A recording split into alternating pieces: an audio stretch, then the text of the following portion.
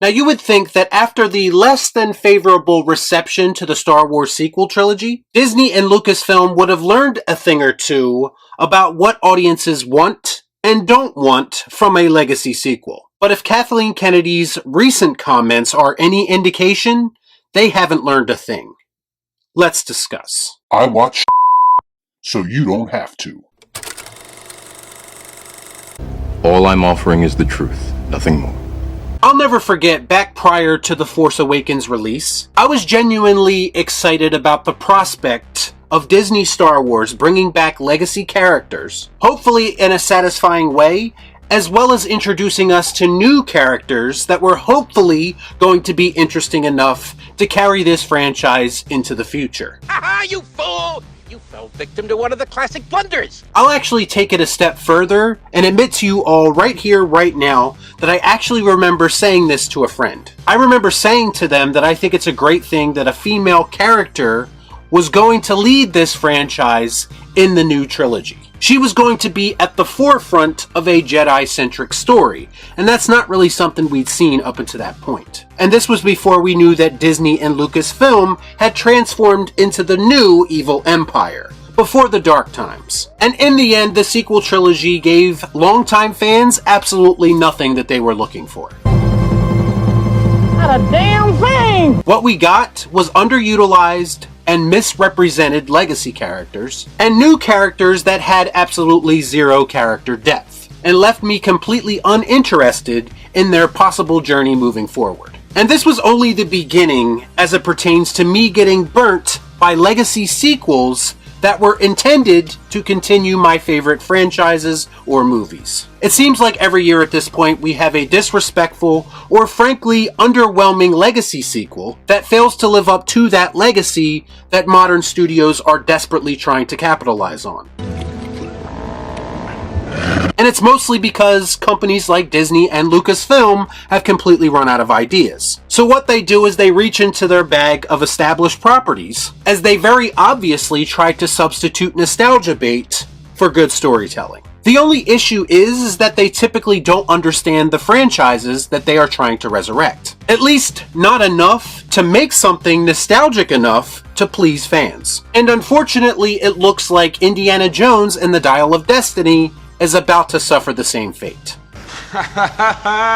Son of a bitch. The early reactions to this film have been lukewarm at best, with most shill critics trying to spin their relatively negative observations into a positive, which is typical in the Rotten Tomatoes era of terrible film criticism. But now a bigger problem has emerged, as Lucasfilm head Kathleen Kennedy has once again opened her mouth for all the wrong reasons. And she's now causing further damage to this film's reputation just a little over a week before its release. Here she comes to wreck the day! Kathleen Kennedy spoke with Variety recently, where she was asked if she sees potential for Phoebe Waller-Bridge and her character in the new film to carry on the franchise. Kennedy responded, quote, "It's entirely possible. We're not having those conversations right now.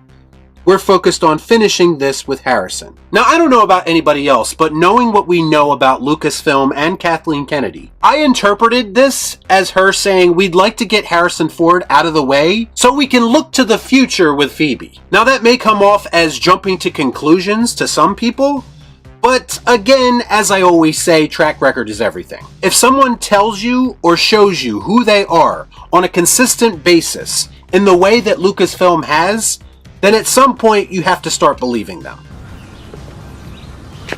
That makes sense. This is the company, after all, that made the bait and switch popular. The company that has prioritized passing the torch to non-George Lucas creations, possibly as a way of avoiding giving him the credit that he deserves. To me, this isn't so much a bait and switch as much as they are actively telling you exactly what their plans are, confirming what all of us fans have known from the very beginning. Man, I'm tired of being right. From the moment that Phoebe Waller-Bridge was casted in this movie, people speculated that her character was being groomed as a replacement for Indiana Jones. But according to director James Mangold, no one can replace Harrison Ford, which is something that I happen to agree with. Truthfully, Harrison Ford is the only person that I can personally imagine playing this role, simply because he has embodied it so well and for so long. Except no substitutes. He is synonymous with this character, and rightfully so, and I just don't think that a majority of fans would accept any other person in that role. Now obviously, Phoebe Waller-Bridge most likely won't be calling herself Indiana Jones. I mean, it's not a mantle that can be handed down from generation to generation like, say, Skywalker. Nobody likes a smartass, alright?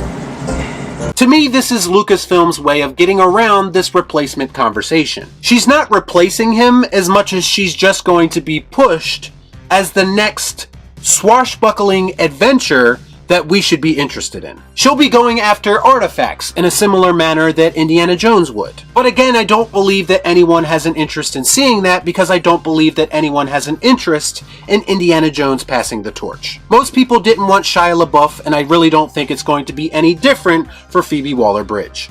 No, don't like that. Truthfully, you are always going to have a negative reception to a new character who were built using a beloved character as a foundation. If her character existed on her own merits and didn't belittle Indy in any way, that would go a long way to helping the audience accept her moving forward. But we already know that Disney and Lucasfilm isn't capable of writing a deep, nuanced character, especially when that character is a female.